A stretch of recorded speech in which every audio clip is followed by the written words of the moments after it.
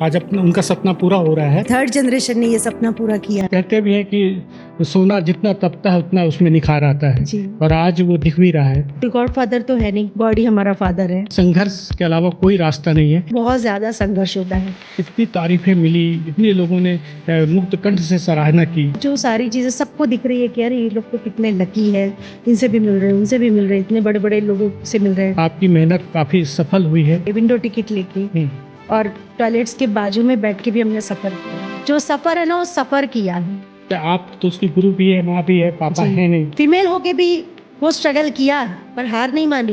जीने के लिए सोचा ही नहीं, दर्द संभालने होंगे। कोई भी अपॉर्चुनिटी आई तो हमने कैसे भी करके उसको ग्रैब किया, हम पहुंचे ही उस जगह।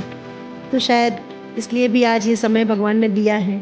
मुस्कुराए तो मुस्कुराने के कर्ज उतारने होंगे। अभी आने वाले समय में हम क्या उम्मीद करें, कुछ और कोई नए प्रोजेक्ट के बारे में बताएं। भगवान अगर आपका हाथ थाम लेता है तो फिर आप कभी पीछे मुड़ कर नहीं देखते। आज हमारे साथ पॉडकास्ट में एक खास मेहमान है।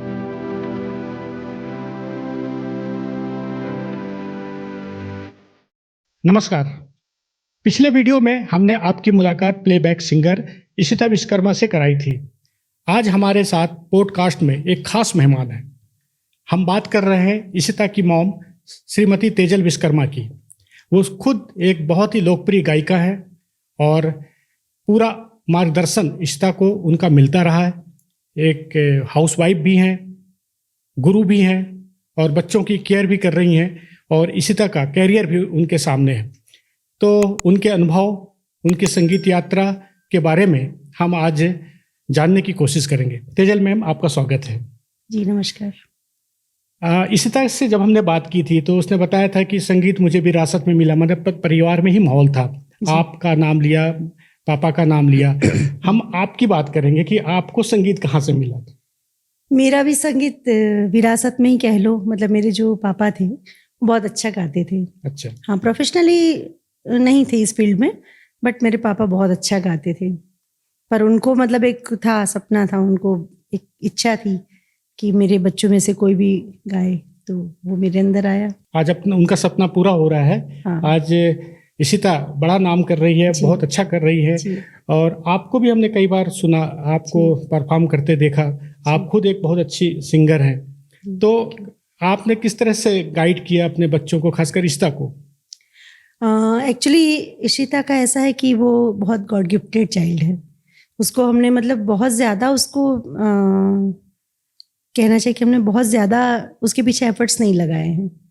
बहुत स्मूथली मतलब उसने अपना जो करियर है या जो भी उसकी जो जर्नी है, बहुत स्मूथली उसने खुद ही वो रास्ता बनाया और तय किया है।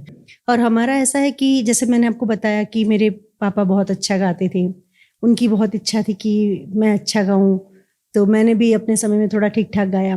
मेरे जो फादर इन लॉ थे, जो मेरे ससुर जी थे, वो भी बहुत अच्छा गाते थे। क्या बात। मेरे हस्बैंड भी बहुत अच्छा गाते थे। और बाद में फिर इशिता आई, जिसको प्यार से हम लोग कुहू बोलते हैं घर में। तो ये थर्ड जनरेशन है। तो मैं उसको ये बोलती हूँ कि जो आज तुम्हारी जो जर्नी है, जो तुम्हारे अचीवमेंट्स हैं, जो तुम्हारा जो ये स्मूथ जो रास्ता है, वो ऐसे ही नहीं है। ये 3 जनरेशन की मेहनत है, ये 3 जनरेशन की अंदर की इच्छा है, 3 जनरेशन की जो विश है, वो अब भगवान ने फुलफिल की है। एक तरह से संगीत डीएनए में बिल्कुल डीएनए में है। आज वो फलीभूत हो रहा है। हाँ, आज फलीभूत हो रहा है। तो कैसा लगता है आपको? बहुत अच्छा। आप सोचिए, किसी का मतलब एक सपना कोई देखता है, पूरा होता है, तो उसको कितनी खुशी होती है। तो यहाँ तो 3 जनरेशन ये सपना देख रही थी और अब ये थर्ड जनरेशन ने ये सपना पूरा किया है। अच्छा, आप एक माँ भी हैं, गुरु भी हैं जी। और 2 बच्चियां हैं जी। तो बीच में इनको डांट डपट भी पड़ती होगी। हाँ, बहुत ज्यादा। क्योंकि वो तो रियाज भी करती होगी, उसको काफी मेहनत भी करनी पड़ती होगी। तो घर के काम में हाथ बटाती हैं कि नहीं? थोड़ा बहुत, उसको इतना टाइम ही नहीं रहता एक्चुअली। क्या उसके रिकॉर्डिंग्स रहते हैं, उसके शोज रहते हैं, फिर रियाज रहता है, फिर जो ऑडिटोरियम के जो शोज रहते हैं उसके गानों की उसको तैयारी करनी पड़ती है। तो ये सब में उसको टाइम कहाँ मिलेगा घर के काम का। तो अब जैसे आप तो उसकी गुरु भी है, माँ भी है, पापा जी, है जी। नहीं, तो उसके करियर को मैनेज करना, ये सब कैसे फिर मैनेज करती हैं आप? मैनेज करना थोड़ा सा मुश्किल तो हो जाता है, क्योंकि क्या होता है जो सिंगल पेरेंट होता है उसके पर दोहरी जिम्मेदारी आ जाती है, तो वो दोहरा सफ़र भी करता है। कई बार क्या होता है पापा डांटते हैं तो बच्चा माँ के पास जाता है, माँ डांटती है तो बच्चा पापा के पास जाता है। यहाँ पर तो दोनों रोल मुझे ही प्ले करना है, तो मुझे ही एक ही समय पे स्ट्रिक्ट भी होना पड़ता है, उसी सेम समय पर मुझे थोड़ा सा सहज भी होना पड़ता है। तो थोड़ा सा टफ हो जाता है, पर हो जाता है। इसी तरह से छोटी बेटी भी है हाँ पीहू, जी, हाँ जी। उसको भी ध्यान देना पड़ता होगा, उसकी भी पढ़ाई चल हाँ रही जी, है। हाँ जी।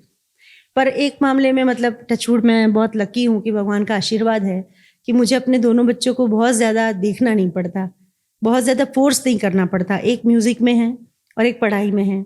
ना पढ़ाई वाली को पढ़ाई के लिए बोलना पड़ता है, ना म्यूज़िक कर रही है तो उसको मुझे म्यूज़िक के लिए कुछ बोलना पड़ता है।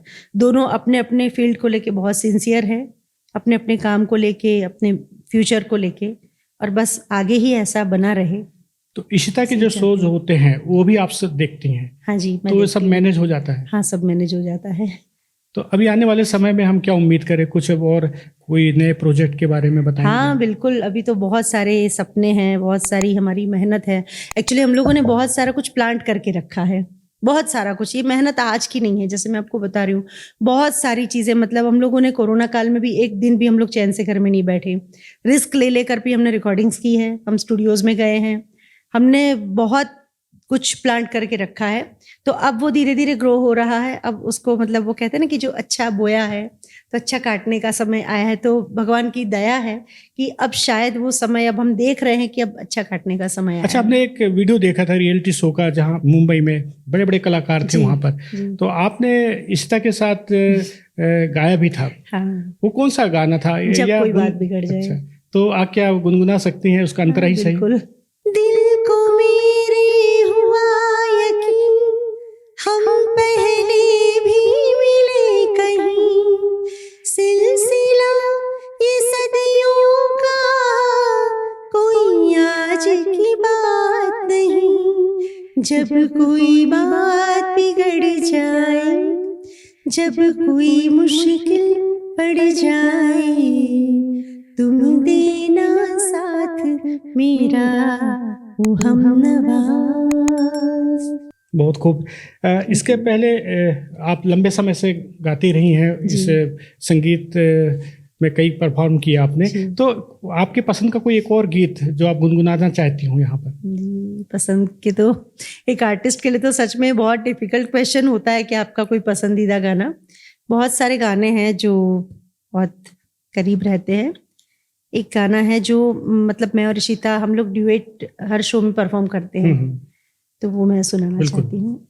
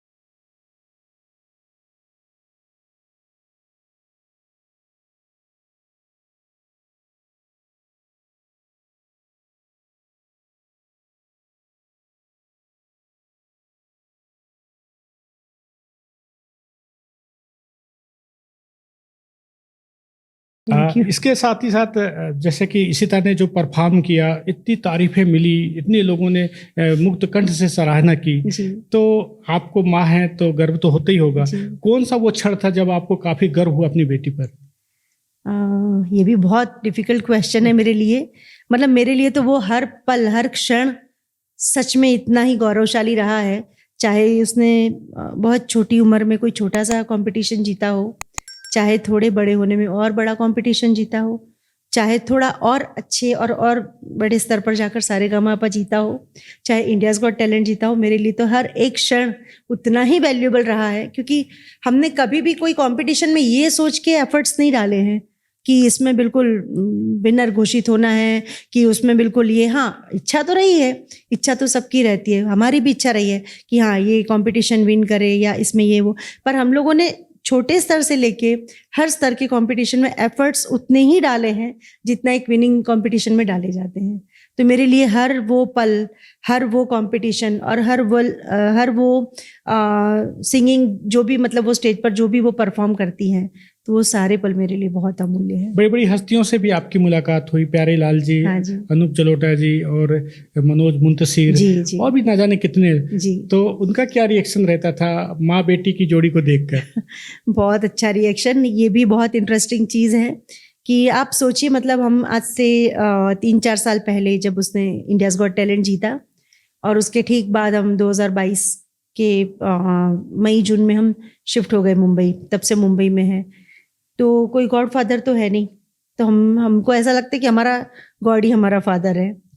तो जैसे बोलते हैं ना कि जैसे भगवान अगर आपका हाथ थाम लेता है तो फिर आप कभी पीछे मुड़ कर नहीं देखते। तो मतलब मैं ये बहुत पर्सनल बात आपको बता रही हूँ कि हमने मुंबई में जाकर किसी से नहीं मिला है, हमने किसी को नहीं ढूंढा है, हमको सबने ढूंढा है, इशिता को सबने खुद ढूंढा है। और कहीं से भी, चाहे वो कितने भी बड़े सेलिब्रिटी हो, पर उनकी तरफ से कॉल आया है कि हम आपसे मिलना चाहते हैं, हमने आपका ये फेसबुक में देखा, ये इंस्टाग्राम में देखा, ये कंपटीशन में आपको देखा था, तो हम आपसे मिलना चाहते हैं। सोर्सेज लगा के, चाहे कैसे भी, पर उनने मीटिंग अरेंज की, फिर हम लोग मिलने गए, और ऐसे यात्रा भी चल रही है। तो मतलब जबलपुर से मुंबई की जो यात्रा है, हाँ, एक तरह से सुखद रही, अच्छे बहुत अनुभव ज़्यादा, रहे। बहुत ज़्यादा। क्योंकि जबलपुर से मुझे ये लगता है ना कि ये जो सारी चीज़ें अभी, जैसे जो सारी चीज़ें सबको दिख रही है कि अरे ये लोग तो कितने लकी है, इनसे भी मिल रहे हैं, उनसे भी मिल रहे हैं, इतने बड़े बड़े लोगों से मिल रहे हैं, बड़े बड़े स्टार्स से मिल रहे हैं, क्या नहीं कर रहे क्या। पर उसके पीछे सच में मैं बताऊं कि मतलब बहुत ज़्यादा संघर्ष होता है, बहुत ज़्यादा संघर्ष। मतलब जब आप इस लेवल पर पहुंच जाते हो और जब धीरे धीरे आपको ये सारी चीज़ें अचीव होनी शुरू होती है ना, तो तब तक मतलब आप ना वो सारी चीज़ों से बहुत परे हो जाते हो। हाँ, ये सारी चीज़ें लोगों के लिए, आम लोगों के लिए, मतलब सामान्य लोगों के लिए बहुत बड़ी बात है कि अरे आप इनसे मिले, आप उनसे मिले, आप यहाँ गए, आपने ये गाया, वो गाया। पर ये इसके पीछे का जो संघर्ष है, कि मुझे पता है जब ये छोटी थी और उस समय हमारी एक स्पेशल ट्रेन थी गरीब रथ तो उसका मैं ज़रूर मतलब जिक्र करूँगी कि हमारा एक पैर गरीब रथ में रहता था और एक पैर जबलपुर में। इतना मतलब हम लोग आए दिन कि हमको ट्रेन का पूरा स्टाफ पहचानने लगा था सब, और सब पूछते भी थे कि अरे आप अभी परसों तो दिखे थे ट्रेन में, आप फिर दिखे, आप फिर दिखे। हमने इतना ट्रेवल किया है, इतना ट्रेवल, अगर कहीं से थोड़ा सा भी पता चल जाए कि हाँ मुंबई में इस जगह जाना है, यहाँ ऑडिशन है, या इस जगह ये चीज़ हो रही है, तो हम कुछ भी नहीं देखते थे। कितना भी रश हो, चाहे कैसे भी जाना हो, वेटिंग हो चाहे कुछ भी हो, मतलब गरीब रथ तो है ही। पर जैसे कभी हफ्ते में 3 दिन गरीब रथ चलती है, कभी नहीं भी होती थी। और ऐसे भी कभी मौके आए कि जैसे कल ही ऑडिशन है, एकदम से कॉल आ गया कि आपको आना है कल। तो उस समय उतने पैसे तो होते नहीं थे कि हम तुरंत फ्लाइट की टिकट कटाए और चले गए। तो हमने मतलब नॉर्मल टिकट लेके, विंडो टिकट लेके, और टॉयलेट्स के बाजू में बैठ के भी हमने सफ़र किया है। मतलब हमने जो सफ़र है ना, वो सफ़र किया है, सच में सफ़र किया है। और एज मतलब फीमेल होके भी वो स्ट्रगल किया है, पर हार नहीं मानी है। कि कभी ये नहीं कि कोई भी ऑडिशन हमने अपने हाथ से खोया नहीं है। कभी भी कोई भी मौका आया, कभी भी कोई भी अपॉर्चुनिटी आई, तो हमने कैसे भी करके उसको ग्रैब किया है, हम पहुँचे ही हैं उस जगह। तो शायद इसलिए भी आज ये समय भगवान ने दिया है। बिल्कुल, इस पर कोई शक नहीं है कि कहते भी हैं कि सोना जितना तपता है उतना उसमें निखार आता है, और आज वो दिख भी रहा है। आपकी मेहनत काफ़ी सफल हुई है, और अभी भी आगे बहुत सारी संभावनाएं हैं, और हमें भी पूरा भरोसा है। और आपने का समय दिया, आपका बहुत बहुत धन्यवाद। और दर्शकों से भी हम यही कहेंगे कि संघर्ष के अलावा कोई रास्ता नहीं है, परिश्रम के अलावा कोई रास्ता नहीं है। इशिता और उसका परिवार, उसकी मॉम, इसका सबसे बड़ा उदाहरण आपके सामने है। अगले वीडियो में किसी बड़े और ख़ास शख्स के साथ आपके साथ मुलाकात करेंगे। नमस्कार।